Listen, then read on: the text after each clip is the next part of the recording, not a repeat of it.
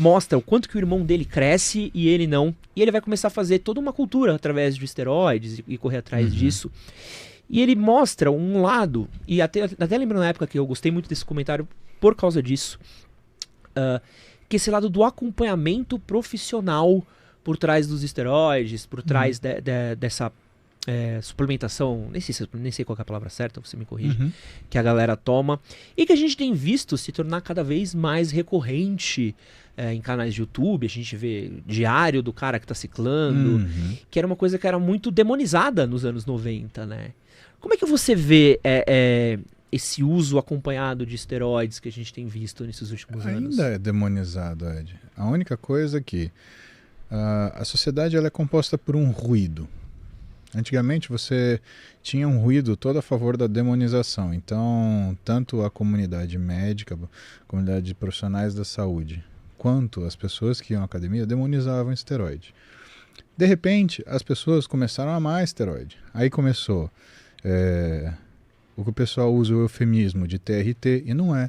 Se você usa testosterona num cara que não tem hipogonadismo e tem menos de 65 anos, você está fazendo uma anabolização dele. Então, para mim, eu acho extremamente estúpido quando alguém mais jovem fala assim, não, porque eu faço TRT. Eu falo, mas peraí, o que aconteceu? Você teve câncer, teve que tirar o testículo, você teve alguma irradiação na sua hipófise, você tem que fazer, você está com panhipopituitarismo. Não, fala a verdade, seja homem. Seja homem. Você vai fazer uma coisa, assina embaixo. Né? Segunda coisa, né, as mulheres chamarem isso de reposição hormonal feminina. Pô, mas peraí, querida, se você faz reposição hormonal feminina, você tem que usar estradiol, não testosterona. Né? Senão o que você está fazendo é virando um transgênero. Né? Não faz muito sentido o que você está me falando. Né? E aí começou a onda dos outros métodos. Então, houve um abuso, né, do uso de outros métodos, como o implante subdérmico. Né? O implante é uma tecnologia antiga pra caramba. Né? Tem uns 50 anos já. Os caras que trouxeram isso pro Brasil... Né, tem um que, infelizmente, a gente perdeu ele ano passado, o professor Marco Coutinho, morreu com 91, 92 anos, uma coisa assim, né, lá na Bahia, tadinho. E os caras vendem isso como se fosse uma novidade. Né? Na verdade, a única novidade que existe é que os caras estão usando isso para anabolizar a mulher. E o problema é que o esteroide, ele dá uma sensação de bem-estar. Vai falar para quem usa esteroide contra esteroide. Então, esse ruído da sociedade, ele começou a bater com o que era o ruído dos profissionais. Né? E a gente tem que deixar isso muito claro. Né? Uma coisa é um processo de anabolização. Outra coisa é um processo de reposição hormonal. São coisas completamente diferentes. Reposição hormonal é quando a pessoa ela é incompetente de produzir seus próprios hormônios. Agora, a anabolização é quando a pessoa ela usa esses hormônios para o objetivo que for. O que é o que eu vejo que é o problema da situação atual? As pessoas elas começaram a falar dos hormônios o seguinte: mas se eu fizer um ciclo, eu dou uma animada, aí eu começo a treinar. Mas eu acho que eu vou fazer um ciclo, porque aí eu começo uma dieta e eu vou dar uma secada. Não, porque se eu não fizer um ciclo, eu não vou conseguir melhorar. Eu não vou sair daqui. Quem cresce natural é planta. Né? E eu acho isso ruim. Porque quando você olha a história, isso não é verdade. Você olha, por exemplo, físicos, somos um cara chamado Steve Reeves, que foi o cara que filmou o primeiro Hércules. Né? O cara tem um físico sensacional. E na época não tinha esteroide. Estamos falando de 1940, 1950. Né? A nandrolona é de 1964. Né? Ou seja, 15 anos antes de você ter um esteroide anabolizante. Tá? E quando a gente observa essas coisas, né, a gente percebe aquilo que é quase um clichê. Sempre que você cria uma ferramenta que te dá poder, ao mesmo tempo você cria uma fraqueza. Exemplo. Waze. Você sai de casa dirigindo sem ligar o Waze? Hoje em dia tem gente que não consegue... Até para ir para lugares que ele já está acostumado a ir. É que eu tenho espírito de taxista, mas eu conheço gente que não sai de... Minha namorada não sai de casa sem o Waze. Ué, você lembra o telefone celular de quantas pessoas? Porra, ninguém. Exatamente. Então isso daqui virou a sua memória RAM. Virou acesso à sua memória de trabalho. Parte da sua memória de trabalho não está mais na sua cabeça. Ela ficou no seu telefone celular.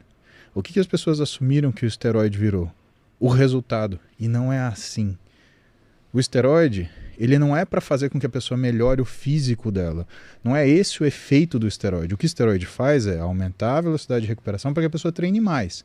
Então, quando uma pessoa senta na minha frente e fala assim, eu queria fazer um ciclo, eu falo, entendi, então a gente vai fazer o seguinte, você vai passar a treinar 2 horas por dia musculação, teu treino vai ter 60 séries, né?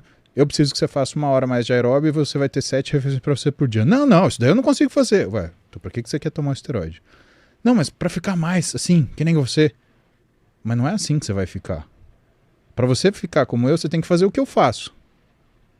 Não adianta tomar o que você acha que eu tomo, ou tomar o que você acha que você tem que tomar, ou tomar o que seu amigo falou que você tem que tomar, ou que aquele outro seu amigo falou que toma, ou que aquele outro cara que admira falou que ele está tomando, ou que alguém acha que ele está tomando. Não é assim. É a mesma ideia que o pessoal tem com alguns estimulantes de achar que é a pílula da inteligência. Não, vou prestar o concurso, vou tomar XYZ, não sei o que lá, ANSI, não sei o que lá, INA, e vou tomar. Cara, não. O cara que é bom, o cara que estuda, o cara que é inteligente, ele vai passar de qualquer jeito. O sujeito que entende o que é o exercício, né, ele vai ficar musculoso de qualquer jeito. Agora, o cara que não entendeu que o exercício é esforço, é volume, ele vai usar um esteroide, ele só vai ter efeito colateral. Ele vai ter piora metabólica, ele vai ter uma alteração hormonal que dificilmente a gente vai conseguir corrigir. Pô, Ed, tem cara que fez um ciclo na vida e a gente faz o tratamento para fazer a recuperação de gônada dele, além de não voltar do jeito que era antes, porque para alguns eu tenho documentado que eram exames antes deles fazerem isso, né? E por quê? Porque é aquela coisa, né? A pessoa, ela consegue fazer exame, ela faz o exame dela, e aí ela aprende um ciclo com o brotherzinho da academia. Aí ela faz o diabo do ciclo. Aí é punk. Aí é punk. Eu já escutei... Eu tratei um menino, o cara ele tinha, antes de fazer o ciclo, 750 de testosterona. Alto pra caramba para um padrão normal. É o nível superior, praticamente. O brotherzinho da academia falou para ele que a testo dele estava baixa, que para ele ganhar massa muscular ele tinha que ter uma testosterona de 1500. Ah, tá bom. Ele fez o ciclo. O físico dele desmontou. Por quê? Ele teve aumento da resistência periférica à insulina, ele teve, portanto, um aumento de retenção de líquido, ele ganhou gordura com muito mais facilidade, a pele dele engrossou, ele teve outras alterações com sequelas hormonais. A gente demorou 4 meses para ele voltar a produzir testosterona de forma normal, tiramos a medicação com 6 meses, ele não tinha voltado a 700 de testo, mas ele chegou nos seus 590, 600, tá? 4 meses depois, fui fazer uma revisão. Ele estava com 350 de testosterona. A testosterona tinha despencado. Então as pessoas têm que entender que esse negócio de hormônio não é uma coisa que você faz para experimentar. Meu amigo, você fez uma vez, acabou.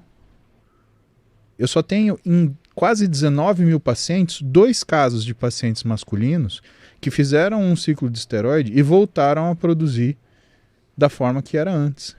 Um é um paciente que hoje tem uns 50 anos de idade, mais ou menos, né? E o outro é um paciente mais jovem, que treinava, mas é um cara que tinha muita cultura de treinamento. Ele fez um ciclo, não era aquilo que ele esperava, ele falou, pô, se é para ter isso, eu consigo fazer isso normal, né? E assim, não é uma coisa que encaixa para todo mundo, né? O que a gente estuda hoje em relação ao esteroide? É a mudança do comportamento. Cara, homens e mulheres experimentam uma hipertrofia de um conglomerado neuronal no cérebro chamado amígdala, que cuida da sua irritabilidade, da sua impulsividade, da sua ansiedade. Então tem paciente, por exemplo, que precisa de reposição hormonal porque tem uma idade compatível ou teve um problema que faz com que eles não sejam competentes a produzir testosterona, que eles falam, Paulo, eu não gosto da minha testosterona mais alta, eu perco o que é meu bem-estar. Isso é verdade.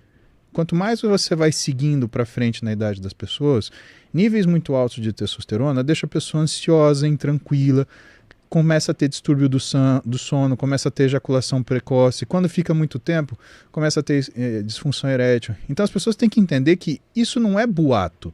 Isso acontece. Pode não acontecer agora, pode não acontecer amanhã, mas isso é um risco que você tem que correr. E como médico, os caras que trabalham dessa forma, eles tinham que mostrar para as pessoas, falar, ó, isso é o que pode acontecer, isso é o que você está hoje.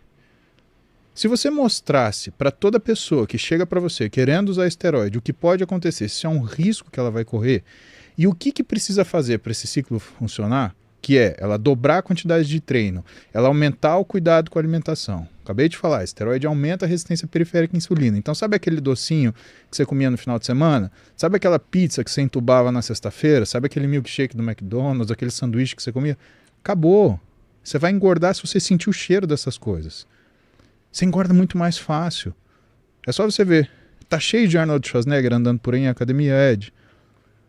Os caras que mais falam disso, cara, sinceramente, eu não vejo físicos maravilhosos andando na academia. O que eu vejo é um pessoal que tá retido, que tá inchado e que não tem nem percepção para reconhecer isso. E que mais? Tá numa condição do que é a sensação de bem-estar que o esteroide causa, que ela tá iludida, que ela tá achando que realmente aquilo é o caminho.